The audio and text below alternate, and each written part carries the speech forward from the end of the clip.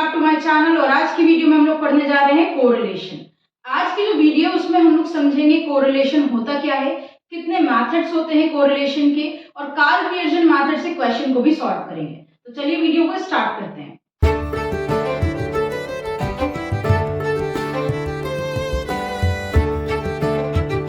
सबसे पहले हम लोग यहाँ पर मीनिंग समझेंगे कि कोरिलेशन होता क्या है। तो किन के अकॉर्डिंग कोरिलेशन क्या होता है इसको समझने की कोशिश करेंगे। यहाँ पर कह रहे हैं correlation means that between two series or group of data there exists some causal connection। King का कहना है कि कोरिलेशन क्या होता है, दो सीरीज या दो ग्रुप के बीच में जब कोई कनेक्शन होता है तो उसे हम कहते हैं कोरिलेशन। क्वेश्चन में आपको दो सीरीज दी हैं, उन दो सीरीज के बीच में जो रिलेशन है उसे कहेंगे कोरिलेशन, या उन दो सीरीज के बीच में जो कनेक्शन होगा उसे क्या बोलेंगे हम लोग, कोरिलेशन बोलेंगे। तो ये तो हम लोगों ने समझ लिया कि किंग के अकॉर्डिंग कोरिलेशन क्या होता है। अब हम लोग समझते हैं मेथड्स ऑफ कोरिलेशन। तो कोरिलेशन निकालने के दो मेथड होते हैं। फर्स्ट होता है graphical method and second is mathematical method.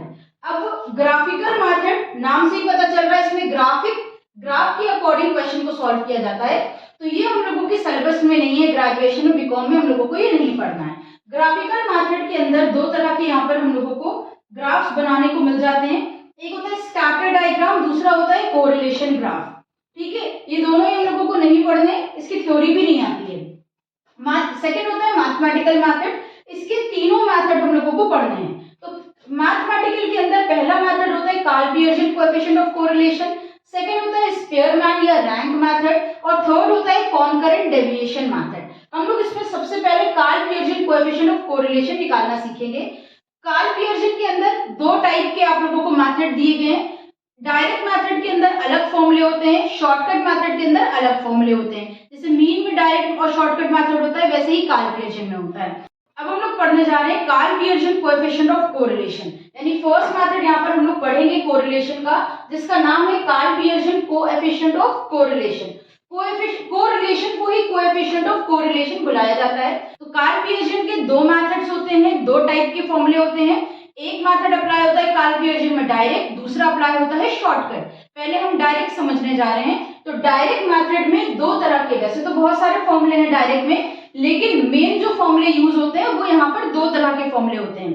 Karl Pearson जो होता है उसे स्मॉल आर से डिनोट करते हैं। स्मॉल आर के अलावा आपको कुछ और साइन नहीं लगाना है, सिर्फ स्मॉल आर अगर लिखा है तो इसका मतलब है यहाँ पर कार्ल पियर्सन अप्लाई कर रहे हैं हम लोग। तो डायरेक्ट मेथड का फॉर्मूला एक अप्लाई होगा sigma dx divided by root of sigma d square x into d square y, एक फॉर्मूला। सेकंड फॉर्मूला अप्लाई होगा यहाँ पर कार्ल पियर्सन, यानी correlation is equal to sigma dx divided by n into standard deviation of x। ये जो इस तरह का साइन हमने बनाया है, ये स्टैंडर्ड डेविएशन का साइन है। तो जब आपको स्टैंडर्ड डेविएशन की हेल्प से निकालना हो, या फिर डायरेक्ट मेथड में आप स्टैंडर्ड डेविएशन निकाल कर भी निकाल सकते हैं।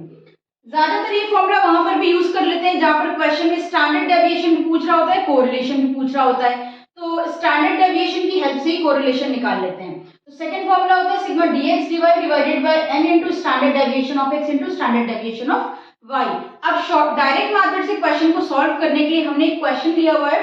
इसमें हम लोगों को हमेशा कोरिलेशन के क्वेश्चन में दो सीरीज दी होती हैं। तो यहाँ पर हमको क्वेश्चन में लेंथ दिया है और वेट दिया हुआ है, ये हमने दोनों सीरीज को नोट कर लिया है। फर्स्ट वाली कॉलम को हम नाम दे देंगे x, सेकंड वाली कॉलम को हम नाम दे देंगे y। पहला स्टेप हम लोगों का होगा दोनों कॉलम का टोटल करना। तो हम x का जो टोटल करेंगे उसे कहेंगे सिग्मा x, और y के टोटल को कहेंगे सिग्मा y। तो यहाँ पर हम लोग प्लस करते हैं, ये हो रहा है हम लोगों का 30, ये हो रहा है 65। दोनों सीरीज का टोटल करने के बाद दोनों का मीन कैलकुलेट करेंगे। तो पहले हम निकालेंगे मीन ऑफ x, यानी x बार। फॉर्मूला होगा sigma x divided by n। यहाँ पर सिग्मा x है हमारे पास 30, और नंबर कितने हैं 1 2 3 4 5, 5 नंबर है, 5 से डिवाइड देंगे, 5 6 30, x का मीन आ गया 6। अब हम y सीरीज का मीन निकालेंगे, जिसे हम y बार से डिनोट करेंगे। फॉर्मूला होगा sigma y divided by n। Sigma y हमारे पास 65, और 5 नंबर है तो 5 से डिवाइड देंगे, आंसर आ जाएगा 13। हम लोग दोनों सीरीज का सबसे पहले मीन कैलकुलेट करेंगे, देन यहाँ पर आगे हमारे पास 5 कॉलम और बनेंगे। फर्स्ट कॉलम होगा हमारे पास dx, सेकेंड कॉलम होता है dy, फिर आता है d square x, d square y और लास्ट dx dy। तो ये मीन निकालने के बाद आपको 5 कॉलम आगे और प्रिपेयर कर लेने हैं। dx कैसे कैलकुलेट होता है, जो भी x सीरीज है उसमें से हम x का मीन यानी 6 माइनस कर देंगे। तो चलिए माइनस करते हैं। x सीरीज यहाँ लिखी हुई है 3 minus 6 minus 3, 4 minus 6 minus 2, 0 plus 1 plus 4, ठीक है। और इसका जो टोटल होता है ना, जब मीन से हम निकालते हैं तो सिग्मा dx का टोटल हमेशा 0 आ जाता है। अगर आपका ये पॉइंट में आपने राउंड ऑफ किया मीन को तब ये 0 नहीं आएगा, तब आपको टोटल करना पड़ेगा, अदरवाइज ये हमेशा 0 आता है अगर आपने एग्जैक्ट मीन की वैल्यू से dx कैलकुलेट किया हुआ है। नेक्स्ट जो सीरीज है हम लोगों की dy कैसे निकालेंगे, y में से हम y बार को यानी मीन को माइनस करेंगे 13 को। तो चलिए माइनस करते हैं। यहाँ पे पहला y क्या है हमारा 9 में से 13 माइनस करेंगे -4, 11 में से 13 माइनस करेंगे -2, 14 माइनस 13 प्लस 1 प्लस 2 प्लस 3 और इनका भी टोटल आ जाएगा 0, क्योंकि हमने राउंड ऑफ नहीं किया, एग्जैक्ट वैल्यू से निकाला है। स्क्वायर करेंगे dx का स्क्वायर, 3 का स्क्वायर करेंगे 9, 4, 0, 1, 16 और इनका कर लेंगे total sigma d square x। D square y calculate करेंगे, dy का स्क्वायर करेंगे 4 का स्क्वायर 16, 4, 1 का स्क्वायर 1, 4, 9 और इनका टोटल कर लेंगे। अब निकालेंगे हम dx dy लास्ट कॉलम, तो dx का dy में मल्टीप्लाई करेंगे, 3 4 जा 12, सेम साइन होंगे तो प्लस बन जाएगा, डिफरेंट साइन होंगे तो माइनस आ जाएगा। 2 इंटू 2 4, 0 इंटू 1 0, 2 इंटू 1 2, 4 इंटू 3 12 और dx dy का हम टोटल कर लेंगे। यहाँ पर इत्तेफाक से दोनों में सेम साइन थे सब में, इसलिए सारे dx dy प्लस में आए हैं। आपके प्लस में भी हो सकते हैं, कुछ माइनस में भी हो सकते हैं। ये हमने निकाल लिया dx dy और सारे कॉलम का हम लोगों ने टोटल भी कर लिया है। तो इस तरह से आपको अपना पूरा टेबल प्रिपेयर कर लेना है। देन आपको डायरेक्ट मेथड का कोरिलेशन का फॉर्मूला अप्लाई करना है। तो यहाँ पर हम फर्स्ट वाला फॉर्मूला अप्लाई कर रहे हैं, r is equal to sigma dx dy divided by root of sigma d square x into sigma d square y।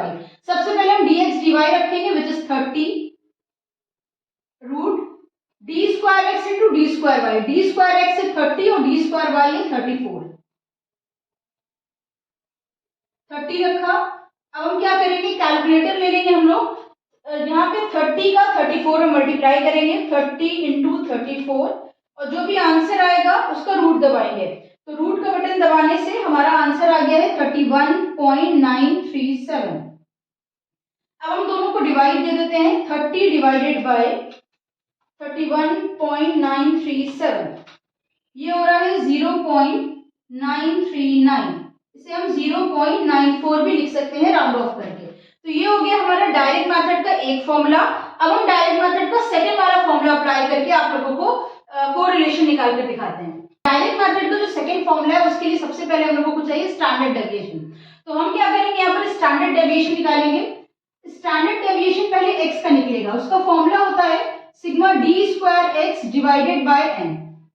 Root बनाया, सिग्मा d स्क्वायर x से 30 और हमारे पास 5 नंबर हैं तो हम 30 में 5 से डिवाइड दे देंगे। 30 में 5 से डिवाइड दिया, ये हो गया रूट ऑफ 6। 6 का रूट कितना हो जाएगा, कैलकुलेट कर लेंगे हम लोग। 6 का रूट होता है 2.449 यानी 2.45। सबसे पहले हम स्टैंडर्ड डेविएशन x निकालेंगे, फिर स्टैंडर्ड डेविएशन y का निकालेंगे। Sigma d square y divided by n। d square y है 34 और हमारे पास 5 नंबर हैं तो 34 में हम लोग 5 से डिवाइड दे देंगे। 34 डिवाइडेड बाय 5 आ गया है 6.8 और उसका रूट निकालेंगे 6.8 का, आ जाएगा 2.61। जब दोनों स्टैंडर्ड डेविएशन आ जाएंगे तब आप कोरिलेशन का फॉर्मूला अप्लाई करेंगे। तो स्टैंडर्ड डेविएशन से कोरिलेशन अगर निकालना है तो फॉर्मूला हो जाएगा sigma dx dy into standard deviation of x into standard deviation of y। Sigma dx dy हम लोगों का आया है 30। अपॉन में हमें रखना है n। हमारे पास 5 नंबर है तो n हो गया 5। Standard deviation of x is 2.45 and standard deviation of y is 2.61।